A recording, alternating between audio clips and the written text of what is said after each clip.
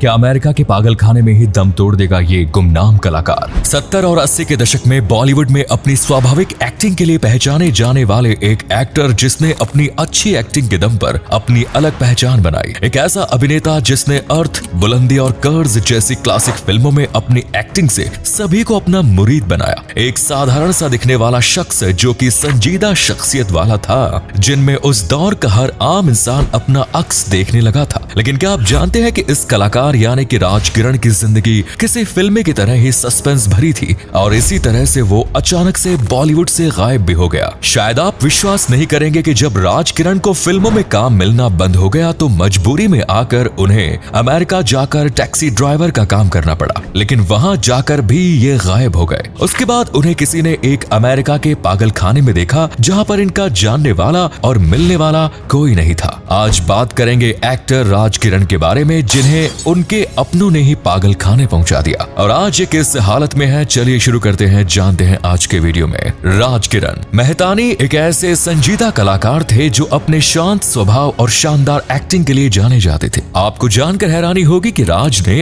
100 से ज्यादा बॉलीवुड फिल्मों में काम किया और उन्हें खूब दौलत और शोहरत भी मिली। लेकिन जब एक समय के बाद उन्हें फिल्मों में काम मिलना बंद हो गया तो राज डिप्रेशन के शिकार हो गए। कभी उनके मेंटल हॉस्पिटल में होने की बातें सामने आई तो कभी एक्टर ऋषि कपूर के द्वारा इन्हें अमेरिका में टैक्सी ड्राइवर के तौर पर देखा गया। लेकिन राज किरण हर बार रहस्यमय ढंग से गायब होते रहे, पहले इंडिया से, उसके बाद अमेरिका से भी अचानक गायब हो गए। राज की जीवन की कहानी सुनकर लोग आज भी हैरान है। राज किरण का जन्म 19 जून 1949 को मुंबई में हुआ।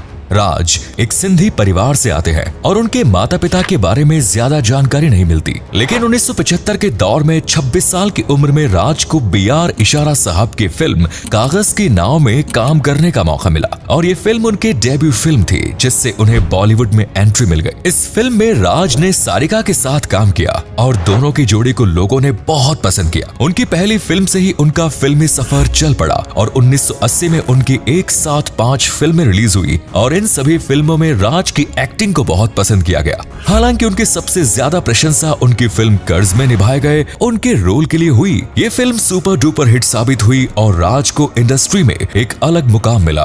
रवि वर्मा के रोल को कर्ज फिल्म में राज ने निभाया जिसमें उन्होंने ऋषि कपूर के पिछले जन्म का किरदार निभाया। इसके बाद राज कई फिल्मों में नजर आए लेकिन किसी भी फिल्म में उन्हें लीड रोल नहीं मिला। उन्हें या तो साइड रोल मिलता था या फिर कैमियो। इसके बाद 1982 में महेश भट्ट द्वारा निर्देशित फिल्म आई अर्थ। इस फिल्म में राज ने शबाना आजमी और कुलभूषण खरबंदा के साथ स्क्रीन शेयर की। इस फिल्म में इनका रोल काफी अच्छा था और उनकी एक्टिंग की बहुत सराहना की गई। राज किरण ने अपने फिल्मी करियर में काम तो बहुत किया लेकिन उनके रोल ज्यादातर एक जैसे ही थे। राज ने ज्यादातर पॉजिटिव किरदार निभाए, उन्हें वैरायटी में काम करने का मौका नहीं मिला। इतना ही नहीं, ज्यादातर फिल्मों में राज के लुक्स भी लगभग एक जैसे ही होते थे जिसका असर उनके करियर पर पड़ा और उन्हें एक ही तरह के रोल ऑफर होने लगे। धीरे धीरे राज को काम मिलना बंद हो गया और वो डिप्रेशन के शिकार हो गए। बॉलीवुड में काम न मिलने के बाद राज ने कुछ टीवी शोज में भी छोटे मोटे रोल करना शुरू किया लेकिन वहां भी ज्यादा दिन तक काम नहीं चला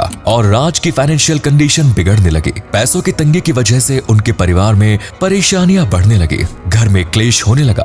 अब तक राज शादी कर चुके थे और उनकी एक बेटी भी हो गई। घर की जिम्मेदारी, पत्नी और बच्चे की जिम्मेदारी उठा पाने में राज अब असमर्थ हो चुके थे और यही वजह थी कि एक दिन उनकी पत्नी अपनी बेटी को लेकर राज का घर छोड़कर चली गई। ये भी एक कारण था कि राज किरण को डिप्रेशन ने और ज्यादा घेर लिया। इसके साथ ही आर्थिक तंगी भी उनके सब्र को आजमाने लगी थी। इसके बाद राज किरण को दिलीप कुमार द्वारा निर्देशित एक फिल्म कलिंगा में काम करने का मौका मिला जो 1996 में आई। हालांकि कहा जाता है कि मानसिक अस्थिरता के कारण राज ने ये फिल्म बीच में ही छोड़ दी। ये उनके करियर की आखिरी फिल्म साबित हुई। इसके बाद कुछ समय तक वो गायब रहे और बीच में खबर आई कि किरण अपने भाई गोविंद मेहतानी के साथ बिजनेस करने के लिए न्यूयॉर्क चले गए हैं। लेकिन काम न मिलने की वजह से राज ने वहां पर टैक्सी चलाना शुरू कर दिया। ऐसा भी कहा जाता है कि अपनी परेशानियों से छुटकारा पाने के लिए राज सत्य साई बाबा से मिलने वापस भारत लौटे और बेंगलुरु में चल रहे बाबा के एक इवेंट में जा पहुंचे।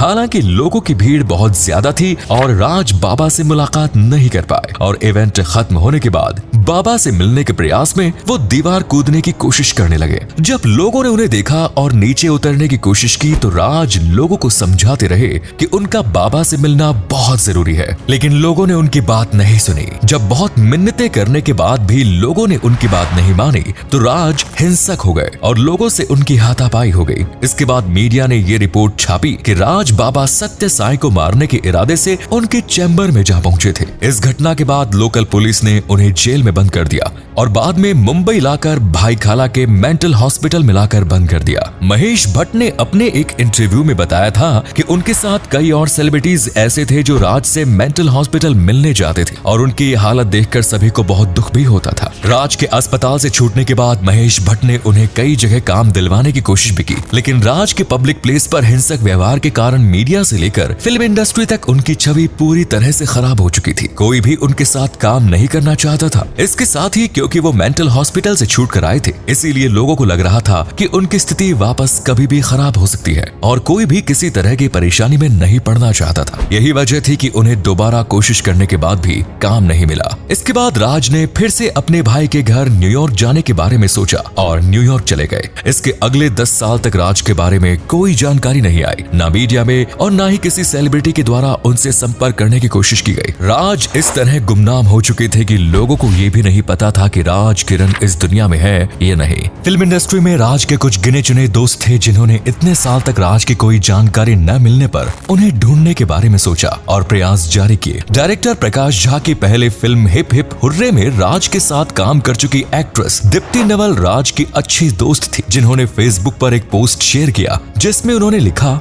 मैं फिल्मी दुनिया का हिस्सा रहे अपने एक दोस्त को ढूंढ रही हूँ जिसका नाम राज किरण है। हमारे पास उनकी कोई खोज खबर नहीं है। आखिरी बार उन्हें न्यूयॉर्क सिटी में कैब चलाते हुए देखा गया। अगर किसी को इस मामले में कोई खबर मिले तो प्लीज हमें बताइए। ऋषि कपूर ने भी अपने एक इंटरव्यू में बताया था कि 2011 में जब मैं अपनी एक फिल्म के सिलसिले में न्यूयॉर्क गया तब मैंने उन्हें ढूंढने के लिए उनके भाई गोविंद से संपर्क किया। जब गोविंद ने मुझे बताया कि राज जिंदा है तब मुझे बहुत शांति मिली। मुझे ये भी पता चला कि अटलांटा सिटी के मेंटल हॉस्पिटल में वो भर्ती है जहाँ उनका इलाज चल रहा है। वो इस संस्थान में काम करके अपने इलाज का खर्च निकालते हैं। ऋषि कपूर ने कहा था, जो शख्स एक दौर में स्टार हुआ करता था उसे इतनी दर्दनाक हालत में देखना बहुत दुखद था। मैं राज किरण को जल्द भारत वापस लाऊंगा और ये कोशिश करूंगा कि उनका इलाज यहाँ पर अच्छे से हो पाए। ये खबर भी सामने आई कि अमेरिका में उनकी पत्नी और बच्ची उनके साथ ही थे और उन्हीं के धोखे की वजह से राज की मेंटल कंडीशन और ज्यादा खराब हो गई थी। उन्हें मेंटल हॉस्पिटल में भर्ती कराना पड़ा। हालांकि ऋषि कपूर के दावे को उनकी पत्नी और बच्ची ने झूठा बताया